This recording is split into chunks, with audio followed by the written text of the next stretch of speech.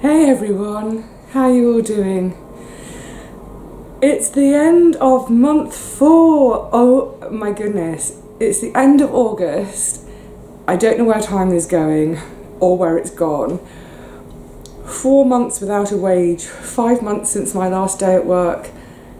It's flying by. It's a bit scary actually, because it feels like literally 2 minutes ago since I was sitting here with that last paycheck. But in general, I think it's going pretty good.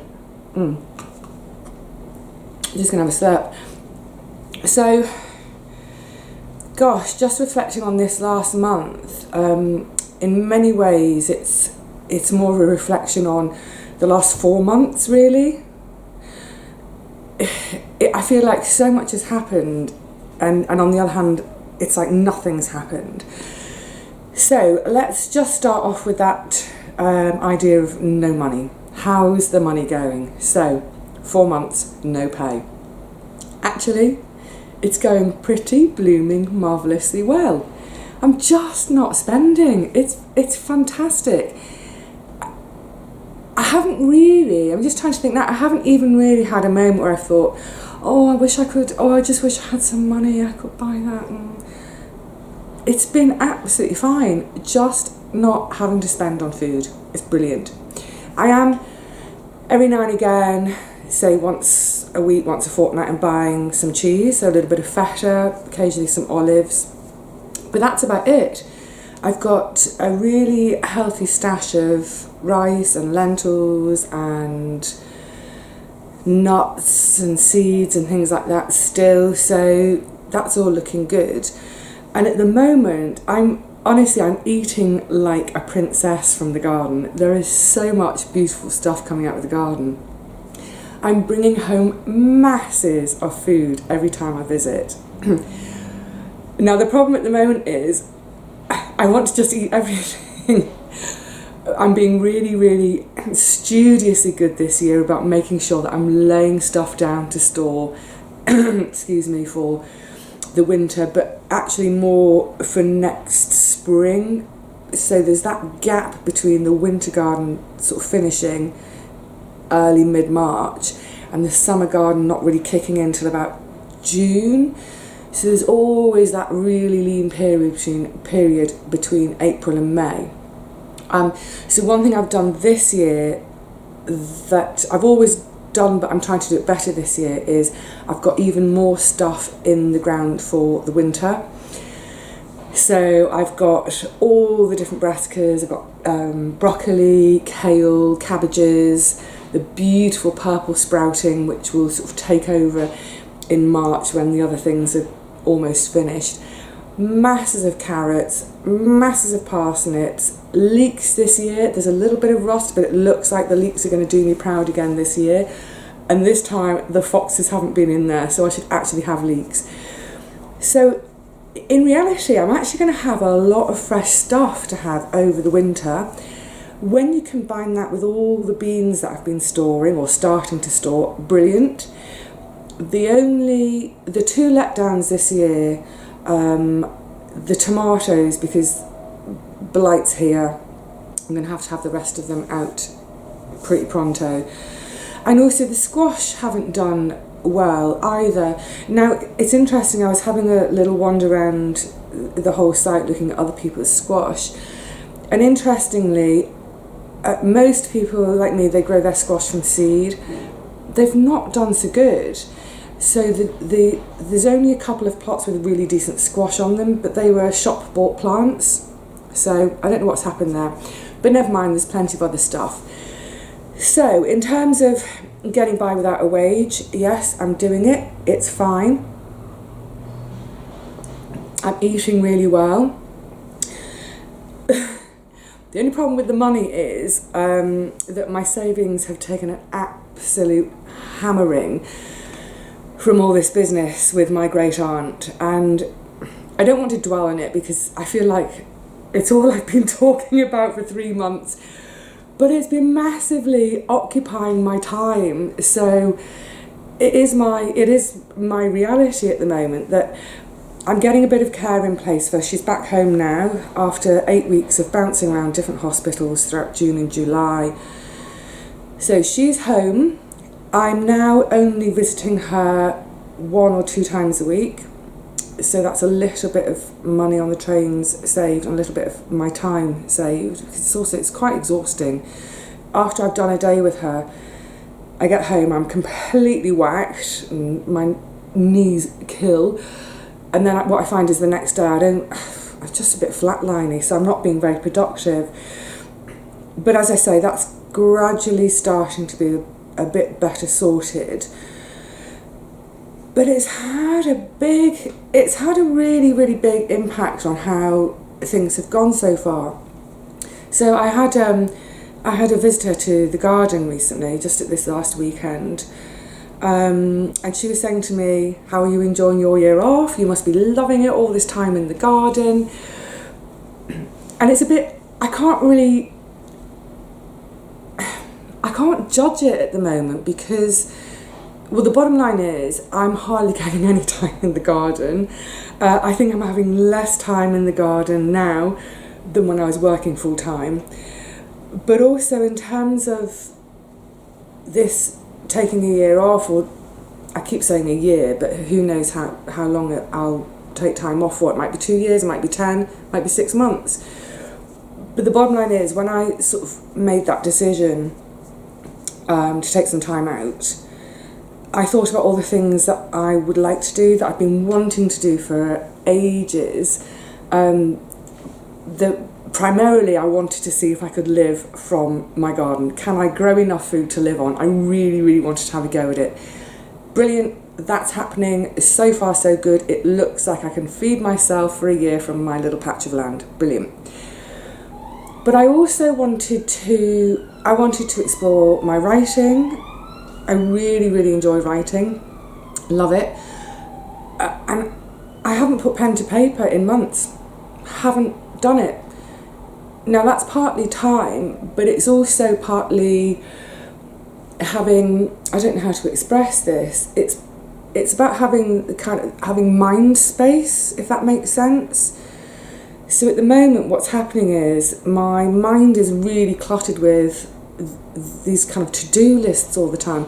Right, I need to go and see my great aunt, I need to do her shopping, I need to do her cooking, I need to buy some extra sheets for her because we're getting through too many sheets. I need to sort out her bedding. Constantly thinking about what I need to do for her. I need to ring the doctor to get a home visit, to get one of her prescriptions changed, because I think it's interfering with her gastric, it's giving her an upset tummy. Right, call her doctor. And then I'm thinking things like, what do I need to do in the garden? What do I need to harvest? How much time do I need at home to do my bottling? So there's this kind of crazy loop. It's like, for those of you who are old enough who remember cassettes, it's like how putting the cassette in the machine and putting it on repeat. It goes round and round and round. This non-stop trying to remember all the things I need to do. So while that's going on, of course I'm not going to be writing because there's no space up there for any words, if that makes sense. I think maybe once we get my great aunt more settled and get her some permanent care sorted out so that I know someone else can deal with all those little things. And then also the vast majority of the hard work in the garden in terms of tending the plants and harvesting, that should, by about mid-October, all the harvesting will be done. Anything left in the ground will just be pick it once in a while when I need it. So I'm hoping as the days get shorter and the garden gets a bit more quiet, that I'll finally have time to start doing some of those things that I talked about doing. Sewing! I haven't done any sewing, as in needle and thread sewing, not sewing seeds. I've done, I think, maybe 4 sewing projects in the last 4 months. I thought I'd be doing 4 projects a week. It's crazy. This is obviously still a period of adjustment, and I know from a lot of you guys out there who've retired either at retirement age or a little bit early, a lot of you have said that it can take sort of 12, 18 months to adjust. And of course, just when I was setting out on this adjustment, all the great aunt stuff happened. So I think in many ways, I haven't really started to have my year yet, if that makes sense, because almost the minute I stopped work, she was needing me on an almost daily basis. So, but it's getting better, it's getting more settled, and I'm feeding myself and I'm not spending money. So, those are all really, really positive things. And as I say, I think as we go towards the shorter days, the darker days, when I'm indoors more rather than out in my lovely garden, then some of those indoor activities will hopefully take off. The times I am managing to get into the garden have been so precious. We've had some really mixed weather this summer, but even on this sort of slightly more cloudy days, I just love it there. And I do find, and I know I've said it before, we all, I think, feel the same, that having that garden space to retreat to for some quiet time, to reflect, is just, it's such a blessing. I'm so grateful to have it. And there have been quite a few times recently where I've purposely tried to be in the garden first thing in the morning, because it tends to be when there's no one else around. I love gardening in a communal area. I love it on a Saturday when there's loads of folk around and I can chat and catch up. What are you growing? How are your veggies? How's the wife? How's the kids? All those sorts of things. Absolutely love it. But I'm finding this year that I really, really enjoy my solitude and my time there with just me, the birds, the cats who come along for a munch. I think it really is. It's, again, I'm finding it hard to articulate, but it's just this sense when I'm there of feeling safe, and I feel enveloped by love. I'm going to sound like I'm having a bit of a trippy day today. What I mean by that is this: I'm surrounded by bounty.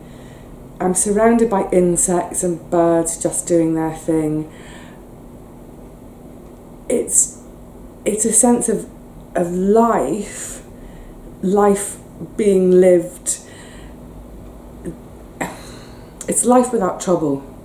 It's really, really special. I absolutely love it. I think I've probably mentioned before about my garden influences, and one of my main gardening influences being my Grandma and Grandad.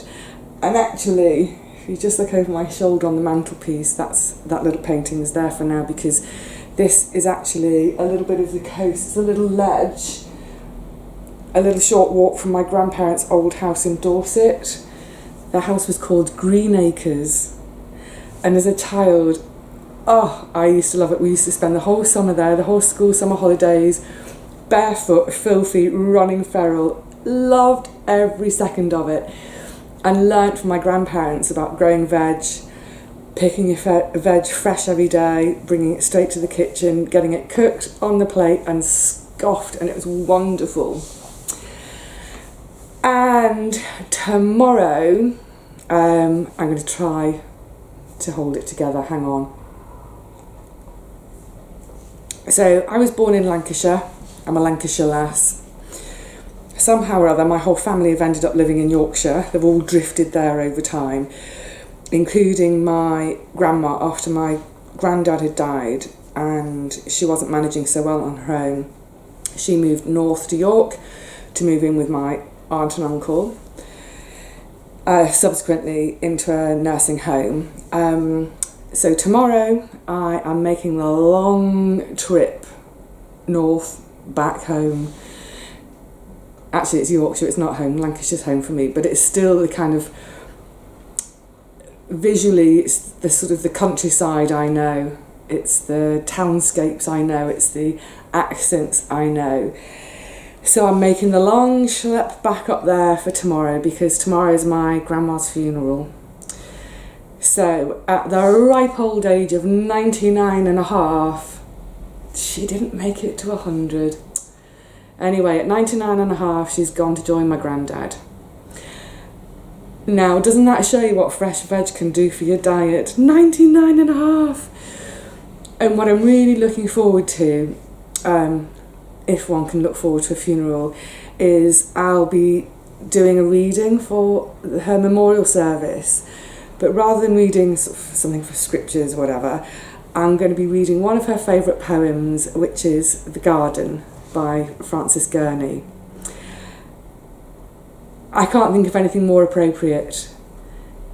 In this poem it talks about the closest place to heaven you will ever be is in a garden. Oh!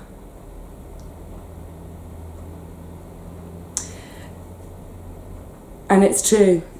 It really is true. So all those things I say about being in the garden for solitude and time to think and time to reflect, a place to be alone with one's thoughts, and if you're so inclined, a place to send out your prayers wherever they're going. It's of course it's a place to be joyful and to share joys too, but really I can't think, as a line in this poem says, of anywhere that could be closer to heaven than being in the garden. So in about 24 hours time I'll be standing up, reading those words and thinking of my gran and my granddad, having their big old hug up in heaven,